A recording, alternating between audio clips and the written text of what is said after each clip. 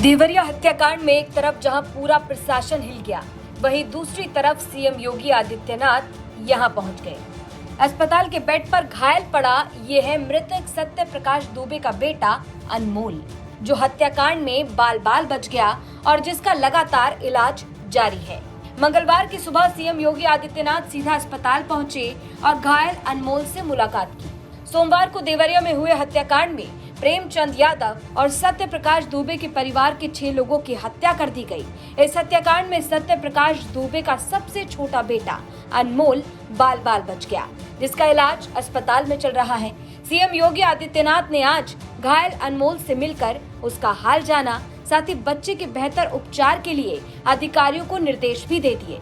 इस हत्याकांड के बाद से ही सीएम योगी आदित्यनाथ लगातार एक्शन मोड में हैं।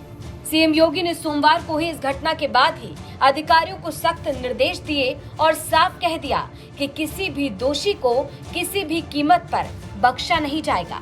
इसके बाद बड़े बड़े आला अधिकारी मौके पर पहुंच गए और हर एंगल से इस मामले की जांच शुरू हुई। पुलिस प्रशासन ने इस हत्याकांड में अब तक 14 लोगों को हिरासत में ले लिया है, साथ ही पूछताछ लगातार जारी है।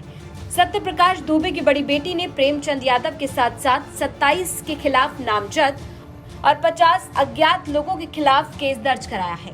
वहीं प्रेमचंद यादव के परिजनों ने भी क्रॉस एफआईआर करवाई है। अब दरअसल जरा पूरा मामला समझिए। जमीनी विवाद को लेकर 2 परिवारों के बीच सालों से विवाद चल रहा था।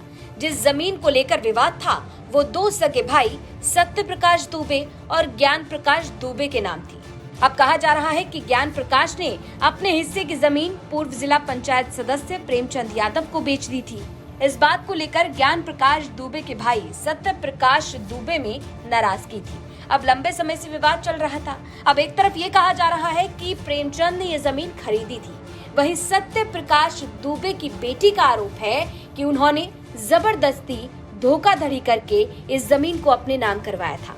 अब अलग अलग कहानियां, अलग अलग चीजें सामने निकल कर आ रही हैं, लेकिन आगे इस पर क्या कार्रवाई की जाती है और क्या कुछ निकल कर आता है, ये तो आने वाला वक्त ही बता पाएगा। लेकिन सीएम योगी इस हत्याकांड के बाद काफी ज्यादा एक्टिव नजर आ रहे हैं, एक्शन मोड में नजर आ रहे हैं। तो अब देखना होगा कि आगे क्या कुछ होता है। ब्यूरो रिपोर्ट यूपी तक।